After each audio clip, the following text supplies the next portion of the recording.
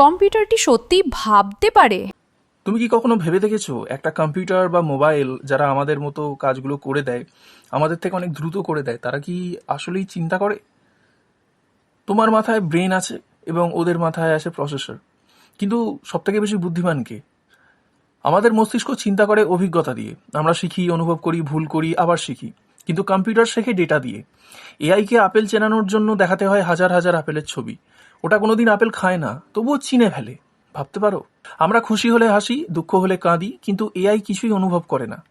তুমি যদি একটা গল্প বলো, এআই শুধুমাত্র সেটাকে একটা টেক্সট ইনফরমেশন হিসেবেই নেবে। এই কারণেই এআই কোনোদিন উত্তর দিতে পিছপা হয় না। কিন্তু মানুষের মতো তারা অনুভব করতে পারে না।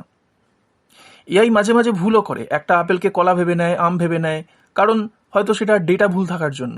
কিন্তু একবার শিখে গেলে সেটা আর ভুল করে না। আমাদের মতোই শেখে, কিন্তু আমাদের থেকে অনেক দ্রুত। কোড আর লজিকের এই জগতে এআই এক একটা যন্ত্র, বন্ধু, শিক্ষক এবং মেন্টর হিসাবে এখন পরিচিতি লাভ করেছে।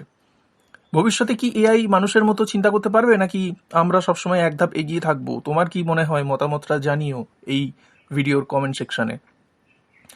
আর এরকম মজার মজার গল্প শুনতে এবং যদি ফ্রি অফ কস্টে বা সম্পূর্ণ বিনামূল্যে বাংলা ভাষায় কম্পিউটার সায়েন্সের বিভিন্ন ফ্যাক্ট জানার ইচ্ছা করে, আমার ইউটিউব চ্যানেল 100 টাকার মাস্টার সাবস্ক্রাইব করে দিও।